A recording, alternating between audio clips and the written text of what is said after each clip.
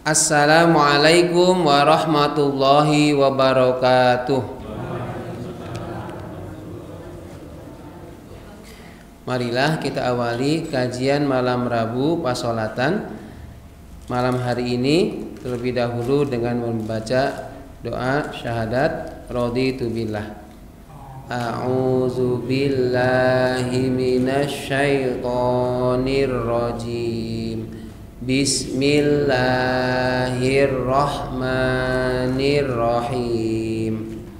Asyhadu an la ilaha illallah wa asyhadu anna Muhammadan abduhu wa rasuluh.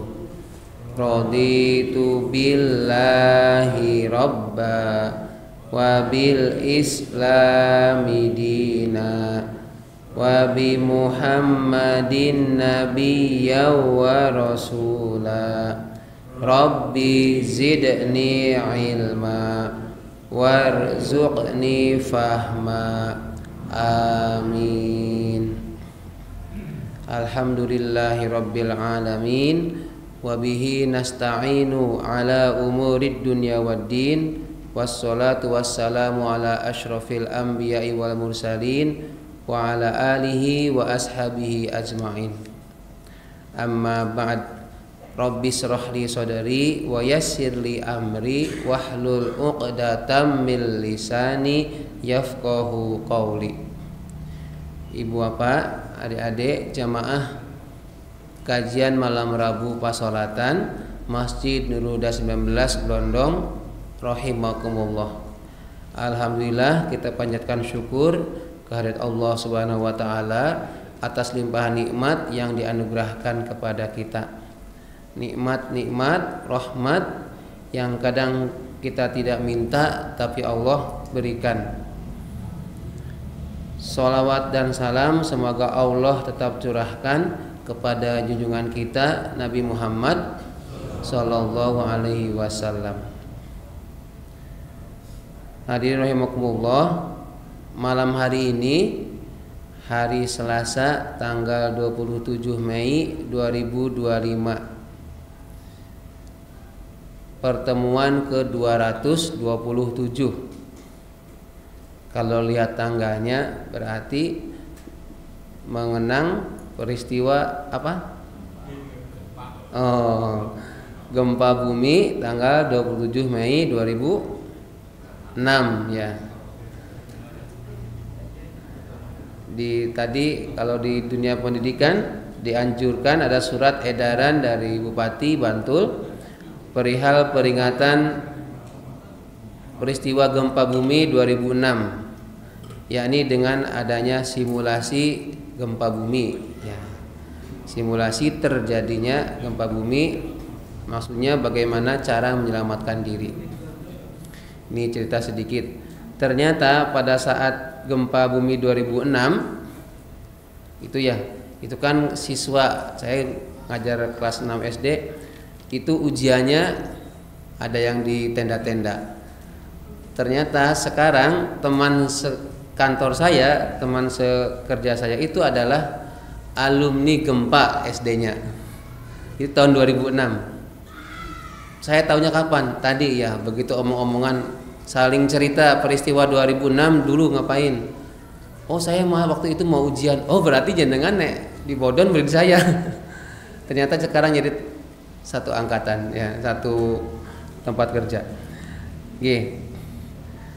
Dan setiap kita punya memori kenangan mengenai 2006 ya. Ada yang pokoknya masing-masing punya kenangan ya. Kita tinggal antisipasi seandainya ada gempa bumi lagi. Sudah siap belum? Ya, deg-degan ya. Itu deg-deg loh. Nah, kita tidak membicarakan gempa bumi. Malam hari ini kita mengangkat tema sholat Jumat di hari raya. Sholat Jumat di hari raya. Artinya hari rayanya itu pas hari Jumat. Lalu banyak pertanyaannya, bagaimana hukumnya sholat Jumat pada saat hari raya Idul Fitri atau Idul Adha. Ini mohon maaf, ini yang ibu-ibu mungkin temanya agak ke laki-lakian ya. Tetapi ibu-ibu juga harus tahu ya bagaimana hukum sholat Jumat di hari raya. Ya hadirin rahimakumullah, hari raya itu kan ada dua, Idain. Idain itu berarti hari raya Idul Fitri dan Idul Adha. Ini kita membicarakan hari raya dalam Islam. Kemudian hari Jumat bagi umat Islam itu ada kewajiban sholat Jumat. Pada saat hari Idul Fitri, Idul Adha itu disunahkan sholat sunnah Id. Lalu timbul masalah bagaimana jika hari raya itu pas hari Jumat, di mana nanti siang itu ada sholat Jumat. Nah, ini malam hari ini kita akan membahas mengenai itu dengan mengutip dari ayat Al-Quran dan dari hadis. Mudah-mudahan ada longgar setengah 7 apa jam 7 lebih dikit, nanti biar Bapak Ibu cerita atau tanya jawab. Jadi dengan yang tanya sini, yang jawab juga jamaah gitu ya, supaya lebih gayang. Pak Yanto ada tidak? Nah, Pak Yantonya tidak ada ini. Pulang kampung ke Bundong, ke Sanden ya, Polda Daratan. Jadi Bapak Ibu, kalau ditanya bagaimanakah sholat Jumat pada saat hari raya Idul Fitri atau Idul Adha, kalau dibalik, apabila hari raya Idul Adha, Idul Fitri itu hari Jumat, lalu bagaimana hukum dengan sholat Jumat? Ada dua pendapat secara umum, yakni ada yang membolehkan sholat Jumatnya itu tidak dilakukan, tetapi tetap sholat zuhur. Ada yang berpendapat tetap dilakukan sholat Jumat meskipun di hari raya Idul Fitri, Idul Adha pada hari Jumat. Nah, sekarang kita ambil dasarnya atau kekuatan hukum apa yang berpendapat membolehkan dan yang tetap melaksanakan sholat Jumat. Tapi sebelumnya saya tanya ke bapak-bapak, insya Allah Bapak Ibu ya, kalau menurut hisabnya Muhammadiyah, Idul Adha tahun ini 1446 Hijriah hari Jumat. Nah, Bapak-bapak ini saya tanya, jenengan kira-kira tetap mau ada sholat Jumat atau tidak? Tetap? Oke, tetap. Ya sudah kalau tetap ya. Ada yang ibu-ibu terserahlah mau tetap enggak ngaruh, wong saya enggak sholat Jumat ya. Oke. Jadi ada opsi boleh tidak sholat Jumat dan diperkenankan untuk sholat Jumat. Kita ambil dari yang pertama, yakni dibolehkannya sholat Jumatnya pada hari Idul Adha tidak dilakukan. Nah, ini kabar baik bagi yang malas sholat Jumat ini. Apa hadisnya? Ini disebutkan an Zaid bin Arkam, inna Nabi sallallahu alaihi wasallam shallal 'ida fi yaumil jum'ah summa rakhasa wal jum'ati faqala man syaa ayujammi'a falyujammi'. Hadis riwayat Ahmad dan Abu Dawud, hukumnya atau statusnya sahih. Dari Zaid bin Arqam, sesungguhnya Rasulullah SAW itu sholat Id. Ini tidak disebutkan sholat Idul Fitri atau Idul Adha. Rasul SAW sholat Id pada hari Jumat. Kemudian summa rokhso, Rasul memberikan rukhsah, kelonggaran, keringanan. Wal jumu'ah, fil jumu'ah, mengenai sholat Jumat. Apa kata Nabi? Faqala, Rasul bersabda, man syaa, barang siapa yang ingin, ayyujammi'a, untuk melakukan sholat Jumat, fal yujami', maka ayyujami'a, siapa yang tidak mau sholat Jumat, fal yujami', maka bolehlah ia tidak melakukan sholat Jumat. Yujami' itu kata-kata Jumat ya, maksudnya kalau ada orang yang barang siapa yang dia itu tidak mau ya, tidak mau sholat Jumat, ya silahkan. Ini menurut hadis Ahmad, Abu Dawud. Saya ulangi lagi ya. Summa rakhasa wal fil jumu'ah faqala man syaa ayyujami'a fayujami'. Barang siapa yang mau berjumat, ya silahkan ya lakukan Jumat. Kalau yang enggak, ya enggak apa-apa. Ini yang saya ambil satu dulu ya, yang membolehkan.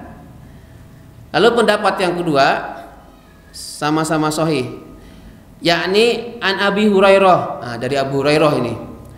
Qala Nabi sallallahu alaihi wasallam, ijtama'a fi yaumikum hadza 'idani faman syaa ajjahu minal jumu'ah wa inna mujammi'un. Dari Abu Hurairah, Rasulullah SAW bersabda, ijtama'a fi yaumikum. Ijtama'a artinya sudah berkumpul, bergabung, bersamaan pada hari ini. Idani, 2 hari raya. Kok 2 hari raya? Disebutkan di sini idani, yaitu hari raya, hari idnya dan hari Jumat. Hari Jumat itu kan disebutkan yaumul sayyidul ayyam. Faman syaa, barang siapa yang dia itu pengen, ajahu, mau mencukupkan sholat Jumat, maka silahkan sholat Jumat. Ajja'u minal jum'ah wa inna mujammi'un, tapi kami akan mendirikan Jumat. Wa inna mujammi'un, kami itu yang melakukan sholat Jumat. Ini menegaskan bahwa Rasul SAW itu lebih memilih sholat Jumat, meskipun Rasul membolehkan yang lain untuk tidak sholat Jumat. Bagi yang pengen, ya silahkan sholat Jumat. Bagi yang pengen tidak sholat Jumat, ya tidak apa-apa. Nah, terus pilih yang mana? Nah, kaitannya ini dengan status dari sholat Jumat dan sholat Id. Kalau dari segi hukumnya, secara fikih, sholat Jumat itu wajib, sedangkan sholat Id itu sunnah tapi muakkad, yang diutamakan. Apa dasarnya bahwa sholat Jumat itu wajib? Yakni dalam Al-Quran surat Al-Jumu'ah, surat ke-62 ya.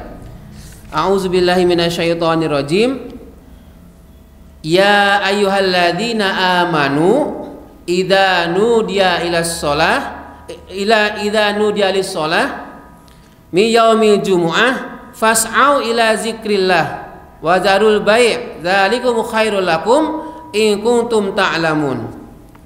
Hai orang-orang yang beriman, apabila diseru, dipanggil untuk sholat pada hari Jumat, yakni untuk sholat Jumat, fas'au, maka bersegeralah, ila zikrillah, menuju mengingat Allah, yakni melakukan sholat Jumat, wazarul bai', dan tinggalkanlah jual beli. Zalikum khairul lakum in kuntum ta'lamun. Yang demikian itu lebih baik bagi kalian seandainya kalian semua itu tahu. Ini yang menjadikan dasar tentang sholat Jumat itu wajib. Jadi kalau ada opsi boleh sholat Jumat tidak? Boleh. Boleh tidak sholat Jumat? Boleh. Ini pas hari sholat Jumatnya pas hari Idul Adha ya, atau Idul Fitri. Nah, tadi saya tanya Bapak-bapak mau? Ya, kalau pendapat saya lebih cenderungnya tetap melaksanakan sholat Jumat. Lalu bagaimana misalnya ini ada panitia yang panitia kurban, karena pakaian kotor, boleh tidak sholat? Boleh, Tetapi kita melihat keumuman, kebanyakan mayoritas, banyak panitianya atau banyak yang bukan panitia. Sekiranya banyak memang panitianya, misalnya ini 50, sementara yang bukan panitia itu lebih dari 50, maka tunaikanlah sholat Jumat. Dan insya Allah di sini Jumatnya Jumat Wage pas jadwal saya ya. Jadi nanti saya sholat Jumat tenang seperti biasa. Saya kalau sholat Jumat khutbah singkat ya, kan singkatlah atau persingkat khutbah, panjangkanlah sholatnya. Tapi kebalikan, banyak orang kebalikan, khutbahnya sampai setengah jam, sholatnya singkat ya, pada ad-duha terus pakai kulhu yang kedua. Yang standar kita kan ngomong ya, ada yang kuat berdiri karena faktor usia, ada yang kesehatan, ada yang kemerungsung janjian dan lain-lain. Maka yang sedang, kalau bacaan standarnya minimalnya yang dibaca oleh Rasul SAW, yakni pada sholat Jumat ya, rakaat pertama setelah Al-Fatihah surat Al-A'la ya. Ini yang paling simpel ya. Al-A'la sabihis. Rakaat kedua Al-Ghasyiyah. Kalau dilihat dari panjang dan pendeknya, Al-Ghasyiyah itu lebih panjang dibandingkan Al-A'la. Al-A'la dan Al-Ghasyiyah meskipun panjang, tapi Bapak Ibu sering dengar, Bapak-bapak terutama sering mendengar, maka kesannya pendek. Ya. La yukallifullah dengan Al-A'la itu panjangan Al-A'la. Ayat kursi dengan Al-Ghasyiyah itu separohnya. Tapi Al-Ghasyiyah meskipun panjang itu terasa tidak lama. Oke. Kembali lagi ke pertanyaan semula. Bagaimanakah sholat Jumat hari raya? Maka ada dua opsi. Tadi saya sudah mengutip hadis-hadisnya yang membolehkan dan yang tetap melaksanakan sholat Jumat. Kesimpulannya bagaimana? Dua-duanya silahkan dilakukan. Yang mau melakukan sholat Jumat tidak boleh mencela yang tidak sholat Jumat. Yang tidak sholat Jumat jangan ngejek atau mencela yang sholat Jumat. Ya, jadi dua-duanya silahkan. Pokoknya kalau saya yakin saya nggak apa-apa milih yang tidak sholat Jumat, ya sudah, rasa ngajak-ngajak atau memprovokasi yang lain. Kalau mau sholat Jumat ya silahkan, kalau tidak pun tidak apa-apa. Jadi dua-duanya boleh.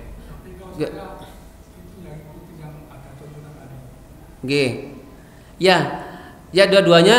Kalau dari segi contoh, Rasul itu memilih wa inna mujammi'un, dan kami itu melakukan sholat Jumat. Tetapi Rasul itu faman sya'a, bagi yang mau tidak sholat Jumat nggak apa-apa, silahkan. Ya, Rasul itu ada sisi humanisnya di sini, ada terkait dengan muamalah ya, sosial.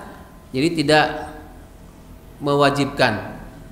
Sebagaimana Bapak Ibu kalau mau sholat asar, sholat sunnah qobliyah asar atau qobliyah maghrib, itu kan dibolehkan, boleh. Bagi yang mau, liman sya'a, bagi orang yang mau qobliyah maghrib silahkan.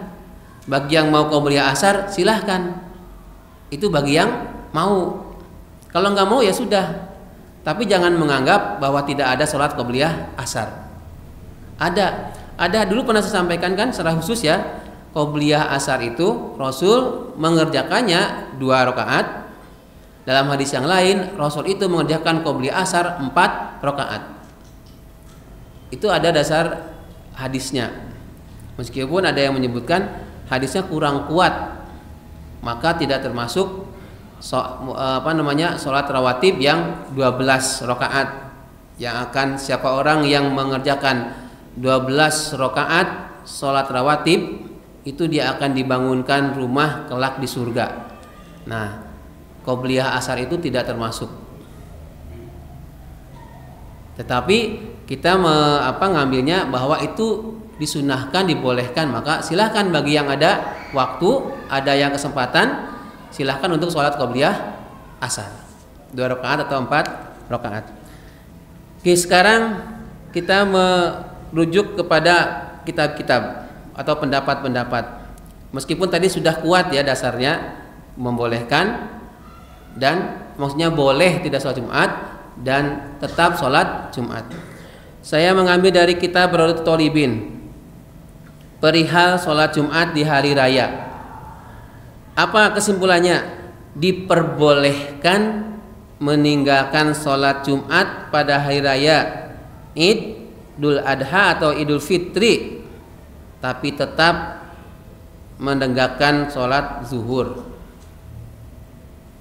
Jadi boleh tidak sholat Jumatan, tapi tetap sholat zuhur. Ini dalam kitab Raudatul Thalibin bab sholat Jumat. Kemudian ini menjadi kitab rujukan utama saya, yakni kitab Al-Um, kitab karangan Imam Syafi'i. Menurut Imam Syafi'i bagaimana mengikuti sholat Jumat? Hukumnya fardu. Barang siapa sengaja meninggalkannya karena memandang remeh, menyepelekan sholat Jumat, berarti ia telah melakukan suatu keburukan. Ini menurut Imam Syafi'i. Disebutkan juga dalam kitab Al-Um, ini kaul jadid dan kaul kodamnya itu, kodimnya. Jadi kan ada Al-Um itu kan 2 kali, yang lama dan yang versi barunya. Disebutkan sama. Jadi pendapatnya Imam Syafi'i tentang sholat Jumat di hari raya itu tetap, barang siapa meninggalkan sholat Jumat bukan karena darurat, niscaya ia dicatat sebagai orang munafik dalam kitab catatan amal yang tidak bisa dihapus dan digantikan. Nah, ini semacam ancaman halus. Kalau tidak darurat banget, maka lakukanlah sholat Jumat. Dalam kitab Bulughul Maram mengenai sholat Jumat, saya mengutip 2 hadis saja. Apa kata dalam kitab Bulughul Maram? Laisa ala musafirin jum'ah. Tidaklah bagi seorang musafir itu untuk sholat Jumat. Artinya seorang musafir, bapak-bapak ini, kalau dia melakukan perjalanan pada hari Jumat lalu melewati waktu sholat Jumat, boleh tidak sholat Jumat. Ya seandainya pas di perjalanan, bukan bawa mobil sendiri, kendaraan sendiri gitu ya, di kereta, di pesawat, pas waktunya sholat Jumat, akhirnya dibolehkan. Ya termasuknya itu seorang musafir. Laisa ala musafirin jum'ah. Jadi bagi musafir itu boleh tidak sholat Jumat. Itu riwayat At-Tabrani. Lalu ditegaskan lagi sebagai penjelas dari ayat Al-Quran surat Al-Jumu'ah tadi. Tadi kan disebutkan orang-orang yang beriman apabila dipanggil, disuruh untuk sholat Jumat, maka lakukanlah sholat Jumat segera. Kemudian ditegaskan di dalam hadis riwayat Abu Dawud, ini saya mengutip dari kitab Bulughul Maram. Al-jumu'atu haqqun wajibun ala kulli muslim fi jama'ah illa arba'ah mamlukun wa imra'atun wa sabiyun wa maridun. Rawahu Abu Dawud. Salat Jum'ah itu hakun wajib, kewajiban yang benar-benar wajib, ala kulli muslim, untuk setiap orang muslim laki-laki, fi jamaah, yang sholat Jumat itu dilakukan secara berjamaah, illa, kecuali, berarti sholat Jumat itu wajib kecuali 4 golongan. Siapa yang 4 golongan itu? Illa arba'atun. Yang pertama mamlukun, yaitu budak, hamba sahaya. Yang kedua wa imra'atun, perempuan, mau kecil mau tua, pokoknya perempuan. Wa sobiyun, anak kecil. Wa maridun, orang yang sedang sakit. 4 golongan inilah yang tidak diwajibkan untuk sholat Jumat. Oh kalau gitu boleh sholat Jumat. Di sini disebutkannya kalau yang selain 4 itu wajib, yang 4 orang ini tidak wajib. Makanya kan dulu pernah ada yang tanya pas bahas sholat Jumat ya. Kalau gitu ibu-ibu boleh dong, boleh sholat Jumat. Nah itu ada yang menafsirkan dari sini. Tidak wajib tapi boleh. Jadi kalau dia mau ikut boleh tidak. Nah itu ada golongan yang ibu-ibu itu sholat Jumat, ikut sholat Jumat bu. Ya. Lalu bagaimana dengan anak kecil yang belum balik? Itu sebenarnya tidak wajib, tetapi kita melakukan tarbiyah atau pendidikan supaya anak kecil itu yang laki-laki tahu kalau hari Jumat ada sholat Jumat. Nanti menjadi kebiasaan, begitu dia balik dia sudah biasa lalu istiqomah konsisten untuk sholat Jumat. Jadi saya ulangi ya, ada 4 golongan yang tidak diwajibkan sholat Jumat. Yang pertama mamlukun, hamba sahaya atau budak. Yang kedua imro'atun, yakni kecil. Dan yang keempat maridun, orang yang sedang sakit. Iya boleh. Kalau ibu-ibu itu sholat Jumat, bagaimana sholat lohornya? Gih. Bagus. Bagaimana seandainya ada seorang ibu sholat Jumat, lalu untuk sholat zuhurnya bagaimana?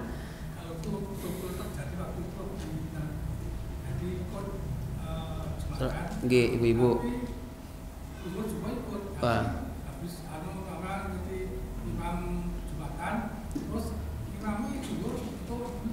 Oh ya, double berarti ya. G. Lalu bagaimana? Nah, kalau dari yang dicontohkan Rasul tidak memberikan contoh untuk perempuan untuk sholat Jumat. Jadi tidak ada contoh bagi perempuan untuk sholat Jumat. Jadi bagaimana dengan sholat zuhurnya? Sholat zuhurnya itu yang wajib. Kalau dia ikut sholat Jumat itu tidak wajib. Jadi kalau misalkan tadi ada kasusnya kok dia ikut sholat, ibu-ibu sholat Jumat, ikut sholat Jumat seperti bapak-bapak. Kemudian setelah selesai sholat Jumat dia sholat zuhur. Kalau dari rujukan hadis ini itu perempuan tidak diwajibkan.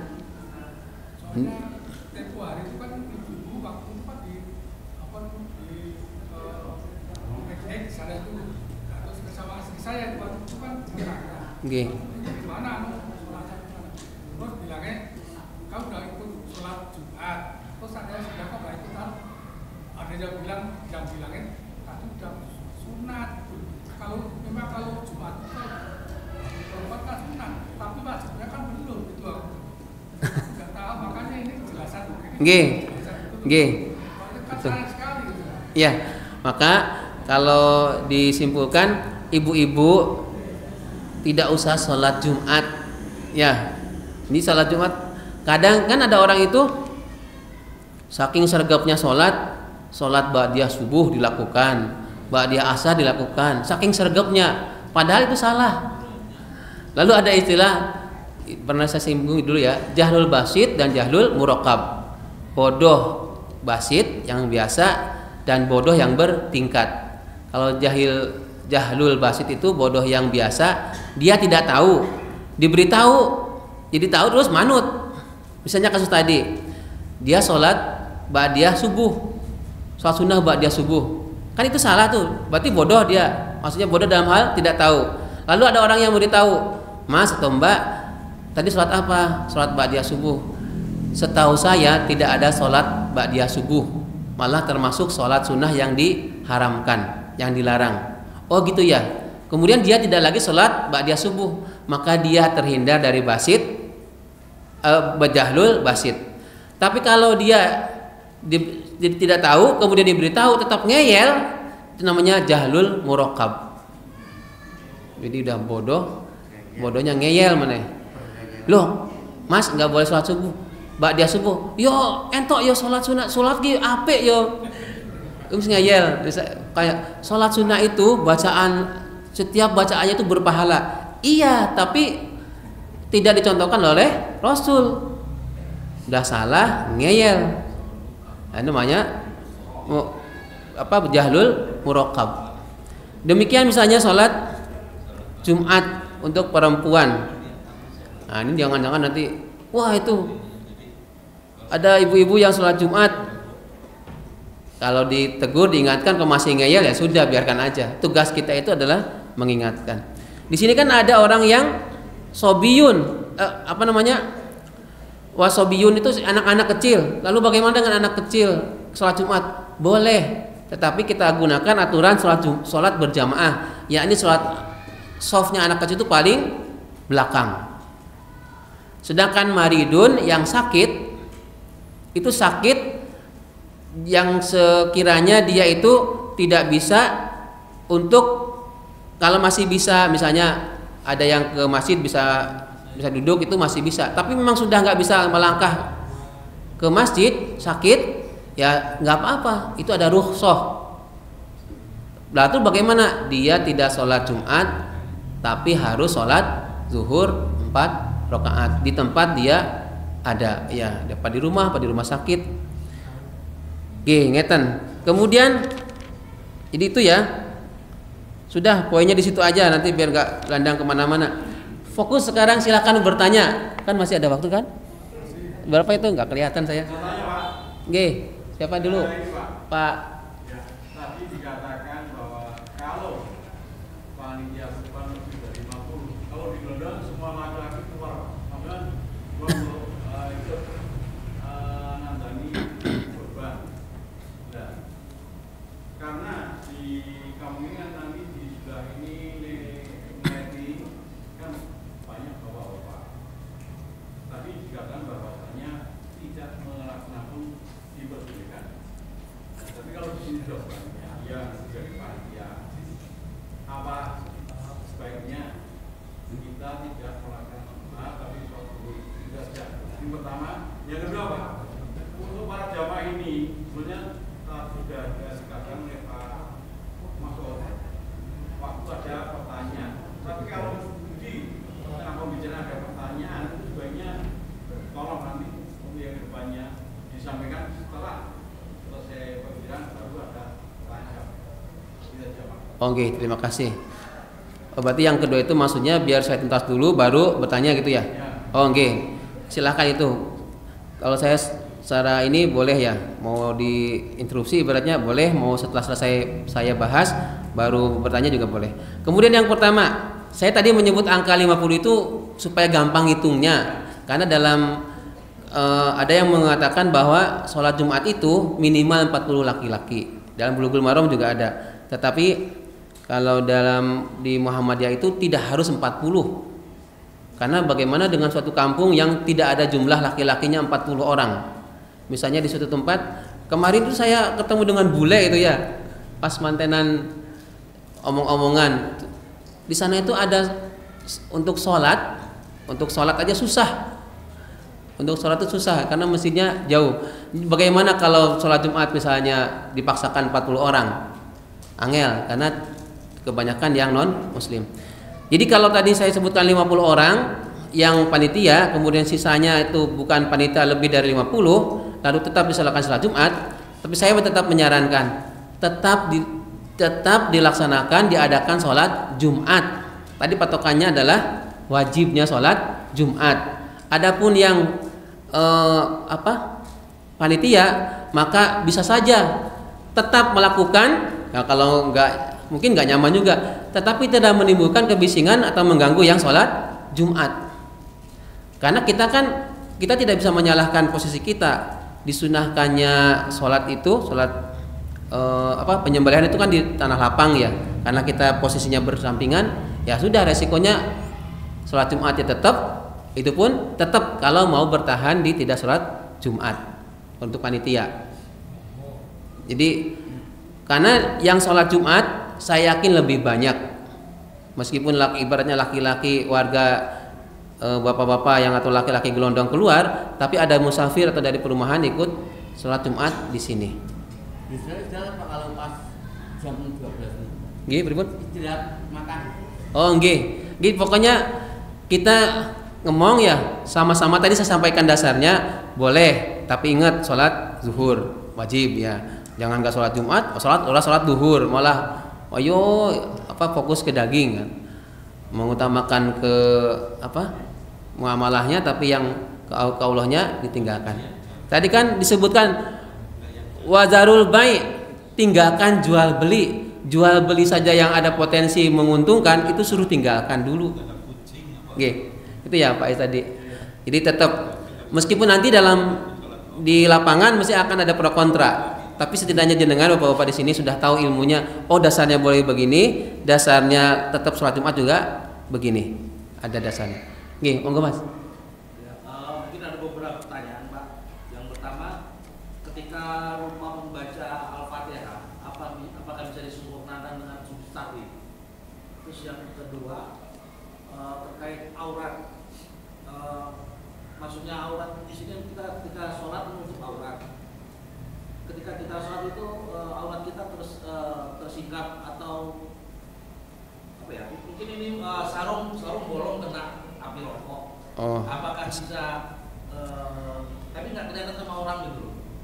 Apakah itu masih layak untuk digunakan sholat? Apakah sah sholat kita atau tidak?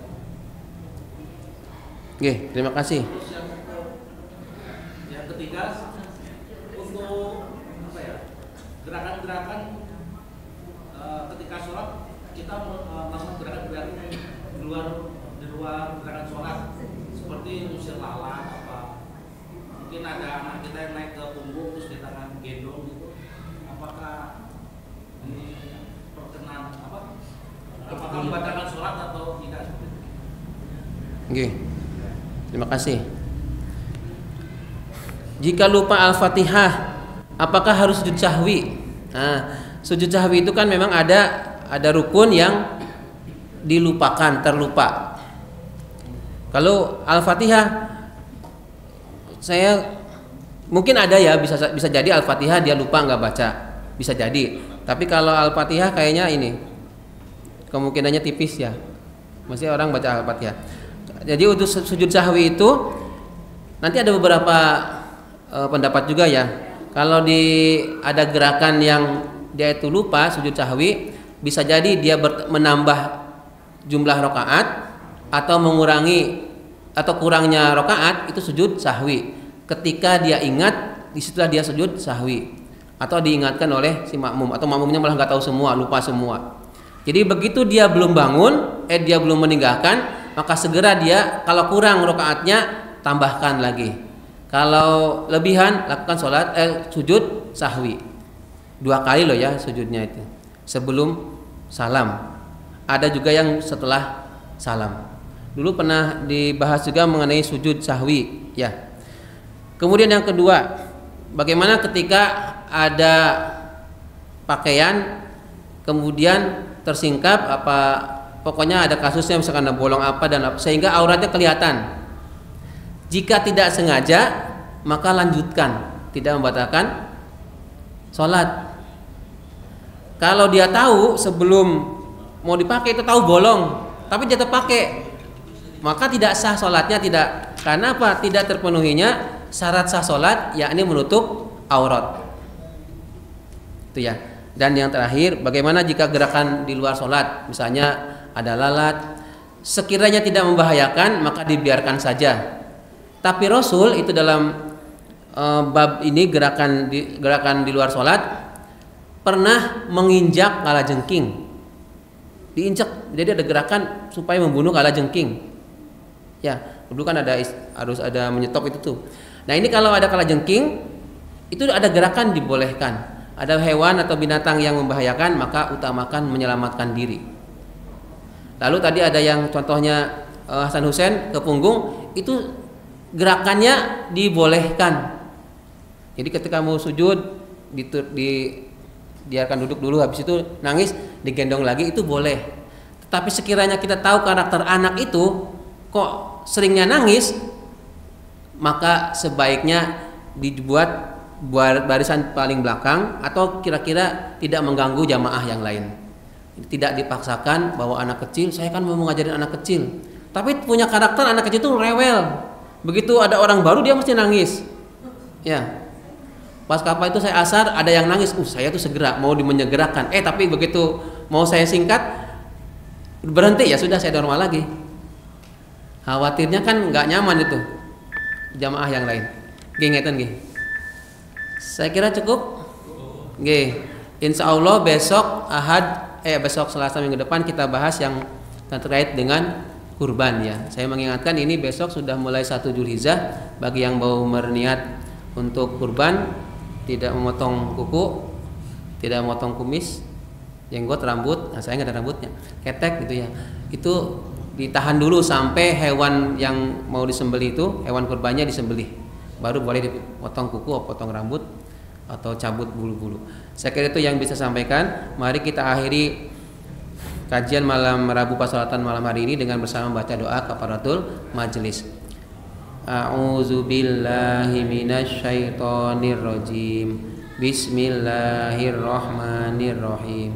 Subhanakallahumma wa bihamdika asyhadu an la ilaha illa anta astaghfiruka wa atubu ilaik. Alhamdulillahi rabbil alamin. Assalamualaikum warahmatullahi wabarakatuh.